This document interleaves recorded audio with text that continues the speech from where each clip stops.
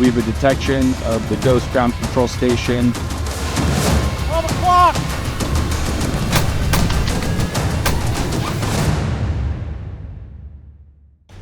Welcome back to BattleLab. I'm your host, Garrett Smith, founder and CEO of Reveal Technology and Marine Combat Veteran. We remain out here in South Central Texas, training around combating transnational criminal organizations.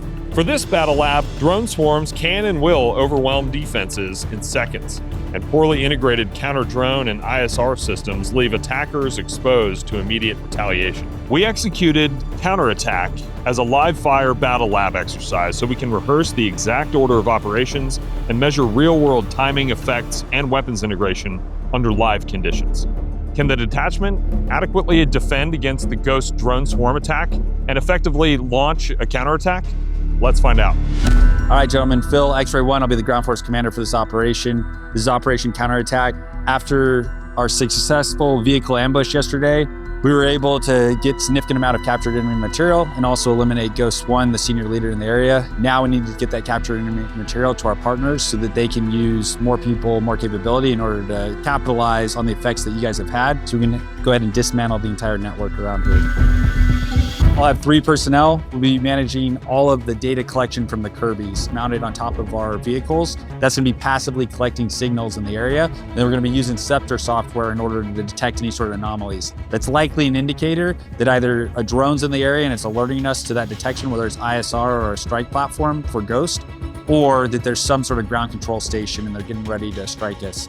From a detect standpoint, the first thing that we're going to be focused on is going to be whether or not we detect the actual video transceiver. But immediately after that, we're going to transition into going after the C2 link so that we can find wherever it emanated from, wherever those drones came from, so we can put effects on it and ultimately either allow us to break contact or eliminate that threat so it's not a threat to us anymore.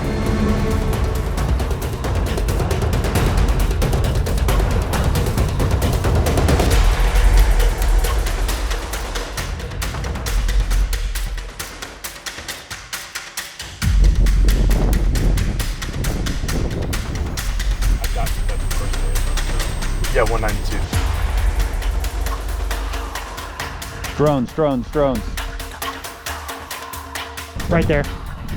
See it up there floating? Oh, I got you. Probably 300 feet. Down. Up, 2 more. Where? 3 o'clock. Moving north. All right, got them right on top of each other, moving fast from south to north. If I move out there, I can shoot it. Yeah, go for it. I got your spot.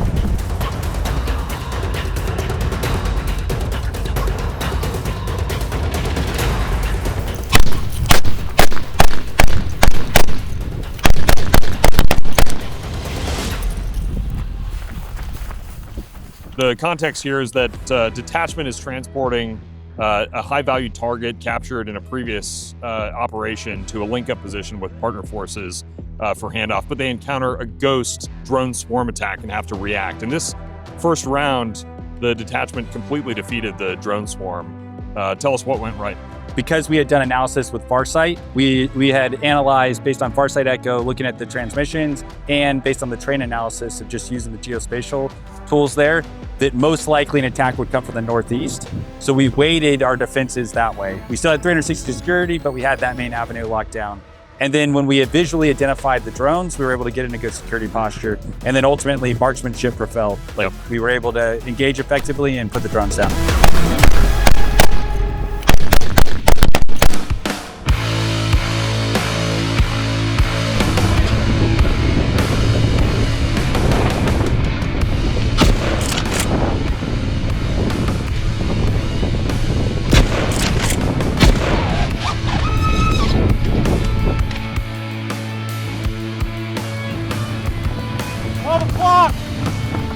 Left side of the road.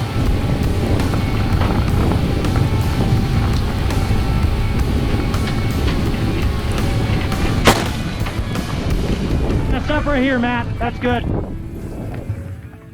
In this scenario, we had 2 detachment vehicles on the move, and Ghost drone strike teams were attempting to hit those vehicles and drive strike drones into the nets fixed on the back of those vehicles. The job on the detachment side was to defeat those drones, visually acquire target, defeat those drones. Complete win condition for both vehicles on the detachment side. In other words, they defeated. So what went right? Yeah, just basic marksmanship. Good marksmanship ultimately prevailed here. And then the advantage of dispersing as soon as we detected the drones and knew they were inbound is that we were buying ourselves time in order to engage those targets. One truck on one side, converging to the point, quadrant 4.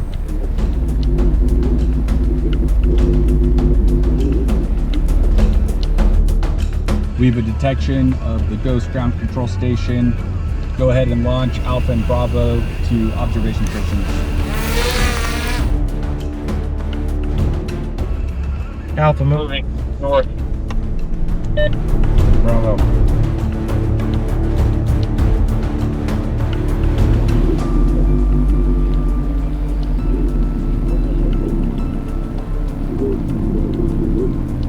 Okay, so they're nearby.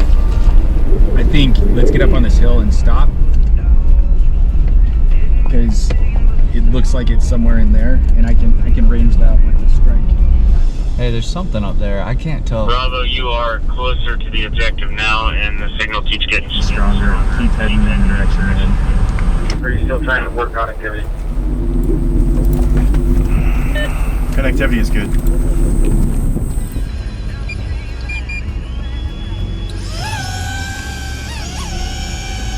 Bravo, this is Alpha 1. We're launching a drone right now to try to sweep down the low ground by the salt pit, and then we're going to start making our way to the north side of the salt pit. It was way over there. Still on it. If we could circle and refine previous location site Fox 2 at the bottom of quadrant 2. Thinking it's around that area. Dude, they have this concealed super well. We'll just keep moving. I'll have this ready to go. All right.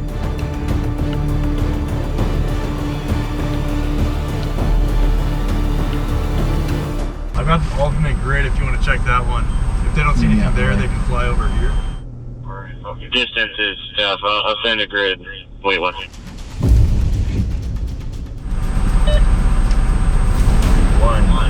Sierra Golf Romeo 7-1-9-7 tree 9-6 tree 1-2. How copy?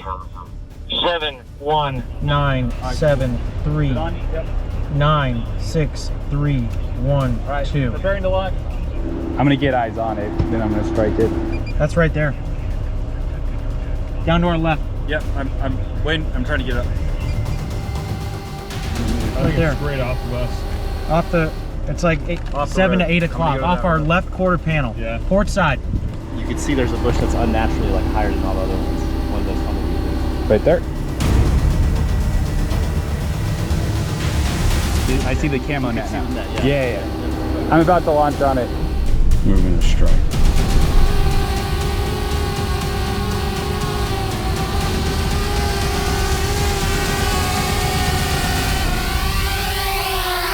Maneuvering Alpha and Bravo team with the sensors, with our Kirbys sensors, that was effective of how we boxed in order to get that actual geolocation of the ground control station. It just took too long. The adversary hit it well, camouflaged it because they knew they'd probably need to defeat a camera. What did go right overall was our tactics and techniques with the tech. We just need to condense the SIGINT part of it, and that will compress the kill chain. Okay, so during this episode, we actually are cycling in mission failure feedback into engineering teams that are, right off camera.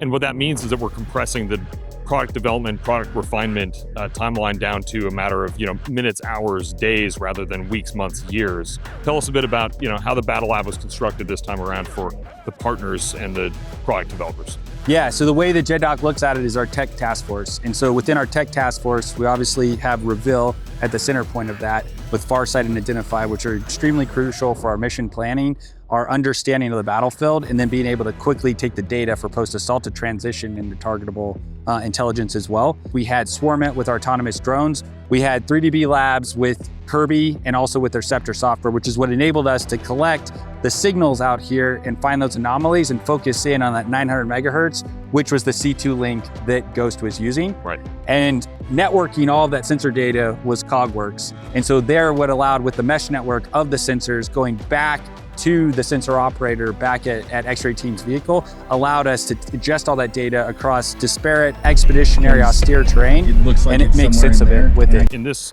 season, we're talking about combating transnational criminal networks and cartels and terrorist organizations, non-state actors, which is timely given the real-world events that are going on, coincident with this iteration of the BattleLab. What other learnings are we going to take into the next season? What can we expect? From a counter-US standpoint, how do we go ahead and do a counter-strike?